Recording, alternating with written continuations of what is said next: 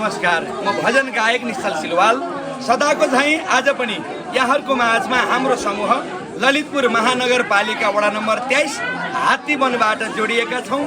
भने अत्यन्तै समाजसेवी धार्मिक व्यक्तित्व पिनाकल कलेज लगनखेलका प्रमुख आदरणीय व्यक्तित्व धादिङका हाम्रा समाजसेवी डाक्टर ऋषि तिवारीको ज्यूको निवासबाट जोडिएका छौँ। सबैजना भक्तजनले यो भिडियोलाई हेरिरहनु भएको छ भने एकपल्ट सेयर गरिदिनु होला र यो भिडियो अन्तिमसम्म हेरिदिनु होला भन्न चाहन्छु। जय जय श्री राधे राधे, हर हर महादेव।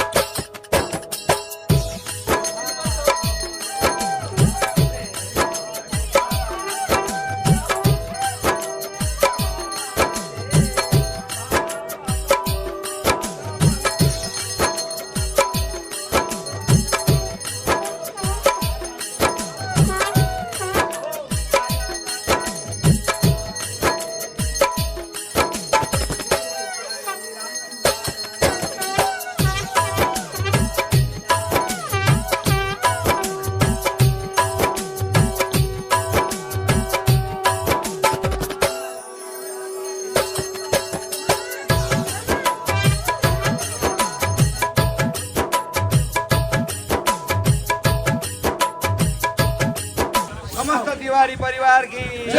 वैदिक सनातन हिंदू धर्म की नारायण राम राम राम राम राम राम जय गुरु गणेश जय गुरु गणेश।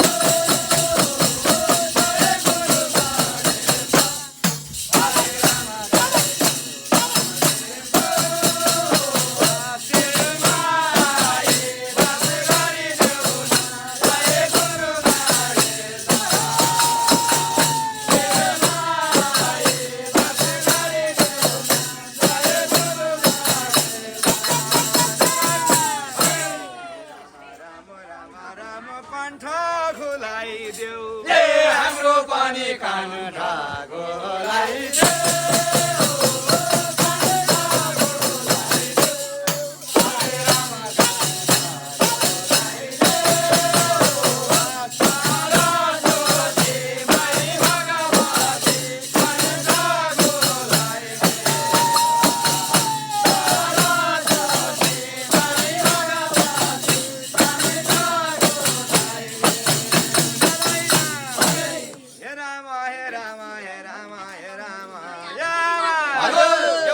पनि तिम्रै गर्भदेखि जन्म भयो, धायभरको पनि तिम्रै गर्भदेखि जन्म भयो। सम्पूर्ण यो चराचर जगतका प्राणीहरू पनि नारायण राम राम राम तिम्रै अधीनमा।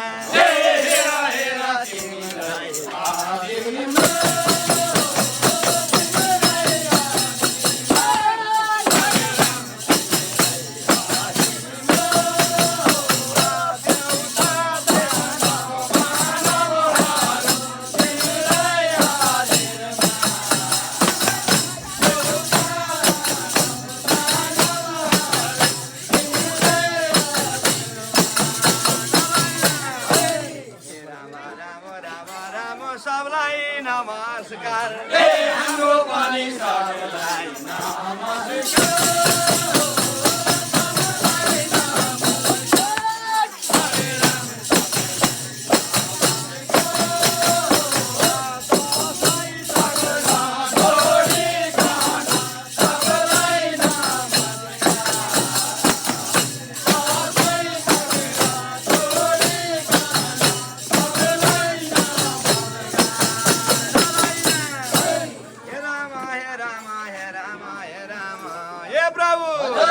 मैले हजुरहरूलाई धेरै भजन भने आज ललितपुर महानगरपालिकाको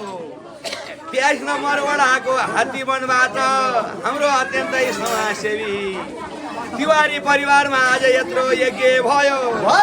ज्वालामुखी मैदीका तिवारीहरूको आज सम्पूर्ण पितृ उद्धारको लागि भनेर कर्म गरेर हामीलाई भजन भन्न बोलाउनु भयो यत्रो माला लाएर स्वागत गरेर नारायण राम राम राम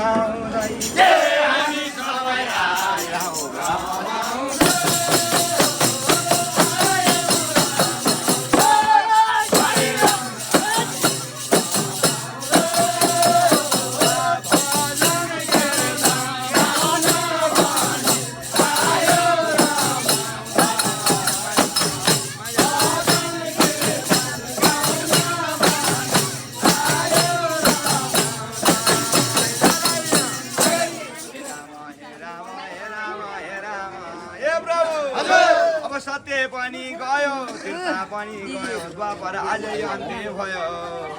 नारायण कली लाग्दैछ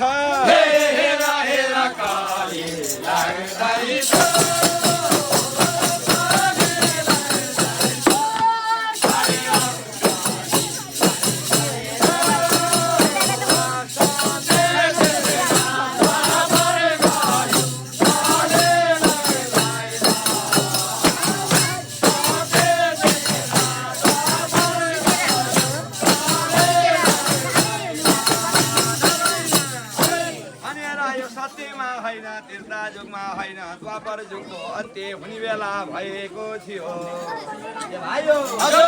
त्यति बेला भगवान श्रीकृष्णले आफ्ना फुपूका छोरा भक्त पाण्डवहरूलाई धेरै वर्ष भयो हाम्रा फुपूका छोरा पाण्डवहरू नारायण राम राम राम भेटघाट नभएको भेटघाट नभएको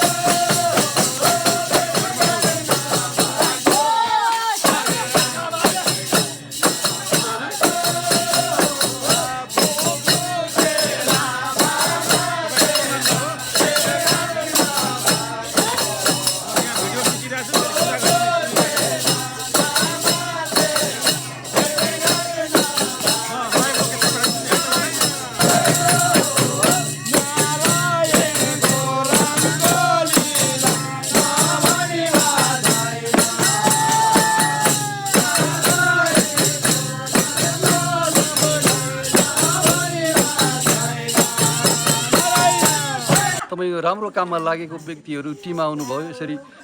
म धादिङवासी तपाईँ पनि धादिङवासी होइन मैले धेरै तपाईँहरूको युट्युबमा चाहिँ भिडियो हेरिरहन्थेँ मलाई यो नजिकमा ल्याएर तपाईँहरूसँग चाहिँ साक्षात्कार गर्ने के अरे एकदम ठुलो के अरे इच्छा थियो होइन त्यो पुरा भयो र यो हाम्रो संस्कार संस्कृतिलाई चाहिँ जगेर्ना गर्नुपर्छ जोगाउँदै लानुपर्छ हामीलाई हाम्रो परिचय भनेको नै हाम्रो संस्कारको हाम्रो संस्कृतिको तपाईँहरूले यो काम गर्नुभएको छ यसको लागि म यहाँहरूलाई तपाईँ निश्चल सुलुवा लगायत तपाईँहरूको सम्पूर्ण टिमलाई चाहिँ हार्दिक धन्यवाद दिन चाहन्छु हे कृष्ण आउनालिन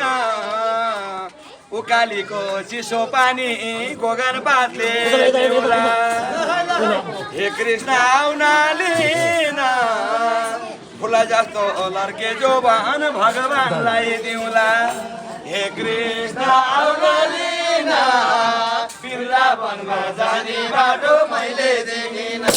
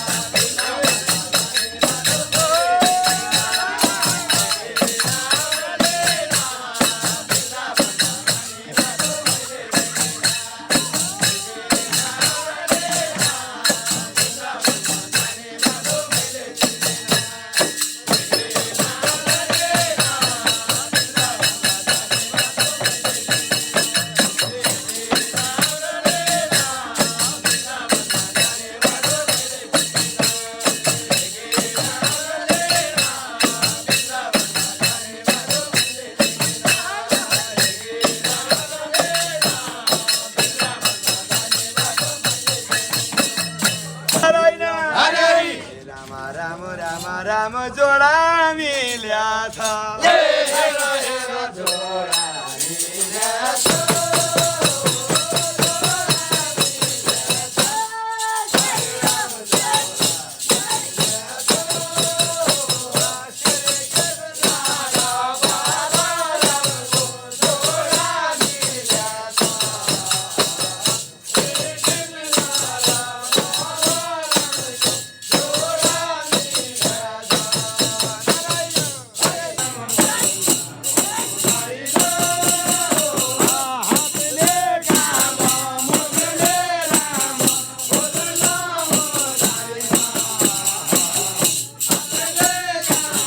गर्भवती हुने औषधि लिएर आछु अब सन्तान हुन्छ चिन्ता नमान म तिमीलाई गुरुजीले दिएको एउटा फल खान दिन्छु अवश्य हाम्रो सन्तान हुन्छ नारायण नाम हो चिन्ता नगर तिमीले पनि चिन्ता नगर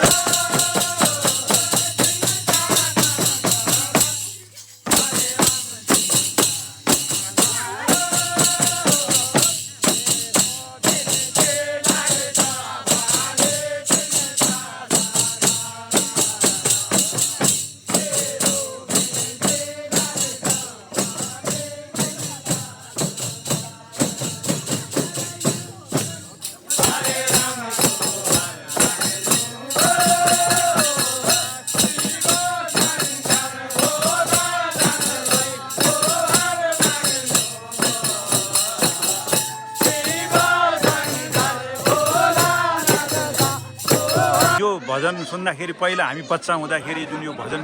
सुनिन्थ्यो यो देखिन्थ्यो त्यस्तो स्मरण गरायो हामीलाई र यसबाट यति आनन्द भयो कि यो जुन लोप हुन लागेको जुन भजन छ यसबाट हामीहरूलाई पहिलाको जुन भजनले जुन आनन्द दिन्थ्यो जुन त्यस्तो संस्कार थियो त्यो नयाँ संस्कारको र नयाँ चाहिँ पिँढीहरूलाई पनि यसबाट केही चाहिँ शुभकामना अथवा उनीहरूलाई चाहिँ शिक्षा चाहिँ पुग्छ जस्तो लागेको छ मलाई।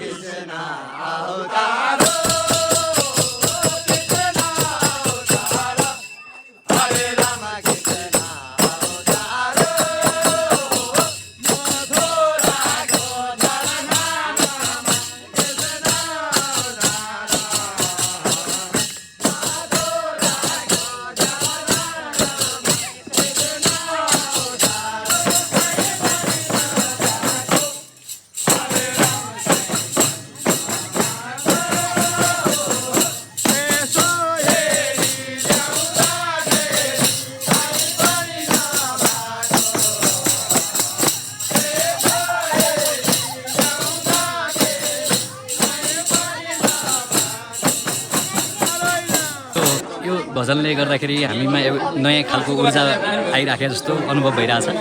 किनभने यसमा धार्मिक कुराहरू पनि छ सांस्कृतिक कुरा पनि जोडिएको हुन्छ यो सबैले हामीलाई चाहिँ हाम्रो एउटा रगत रगतमा हाम्रो संस्कृति र एउटा संस्कार बगिराखेको छ त्यसले गर्दाखेरि यस्ता खालका भजन कीर्तनले चाहिँ हाम्रो संस्कृति जोगाउने काम चाहिँ गरिराखेको हुन्छ जस्तो लाग्छ मलाई यो खालको कार्यक्रम चाहिँ भइराख्नुपर्छ भन्ने जस्तो लाग्छ मलाई। हे कृष्ण आउनालिन उकालीको चिसो पानी गोगन पातले देउला हे कृष्ण आउनालिन फुला जस्तो लर्के जो भन भगवानलाई दिउला